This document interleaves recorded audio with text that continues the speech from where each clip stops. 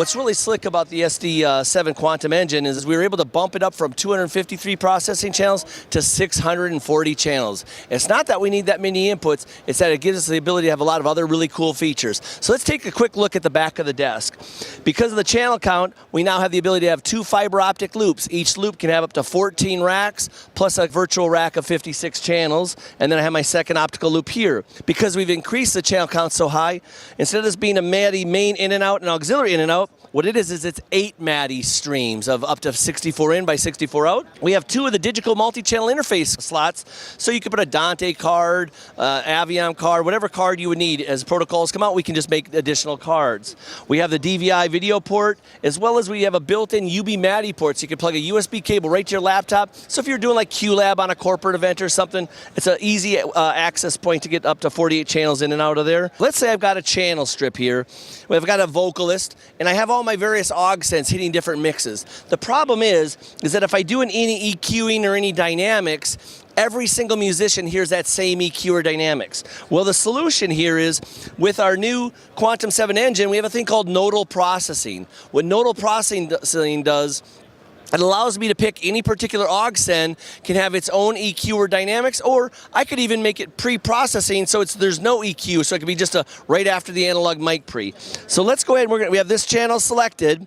Let's go ahead and add nodal processing here, so now the little P is selected. And what happens is on the screen, I now can see my EQ and my dynamics. So let's go ahead and make a little bit of a change here. We'll go to dynamics aux send number 2, and again, I'll go ahead and do a little bit different EQing that I had before, okay? And then what I'm able to do is, as I select through here, my different aux sends can have my different EQ, different dynamics, so it makes it really, really powerful to be able to manage. Now, why do we want to do that? Well, previously what we would have to do is we'd have to take that vocal channel and patch it into multiple channels, and then I'd always have to remember that channel strip 1 was aux send 1, channel 2 was for aux send 2, and so on and so forth. So this makes it a really powerful way to actually manage the sonic performance. Now, how do I actually monitor that? Well, previously, we had our AFL and PFL of our inputs and our outputs. When we did the Quantum 7 engine, what we did is we now have this thing called True Solo. And what's cool with the True Solo is it actually allows me to go through the channel strip and monitor. So now I'm able to select to listen to aux send 2, aux send 3, aux send 4. So I'm moving my solo point throughout the channel strip. So that's phenomenal. Now another really slick thing is when I do this nodal processing, I can choose where I have that, whether it's post fader, pre-mute, mid EQ and dynamics, so I could get it right in between the EQ and dynamics, or I could make it pre-EQ dynamics or pre-processing. That is really slick. In addition, with the new Quantum 7 engine, I can also do the same thing on my individual aux or insert points.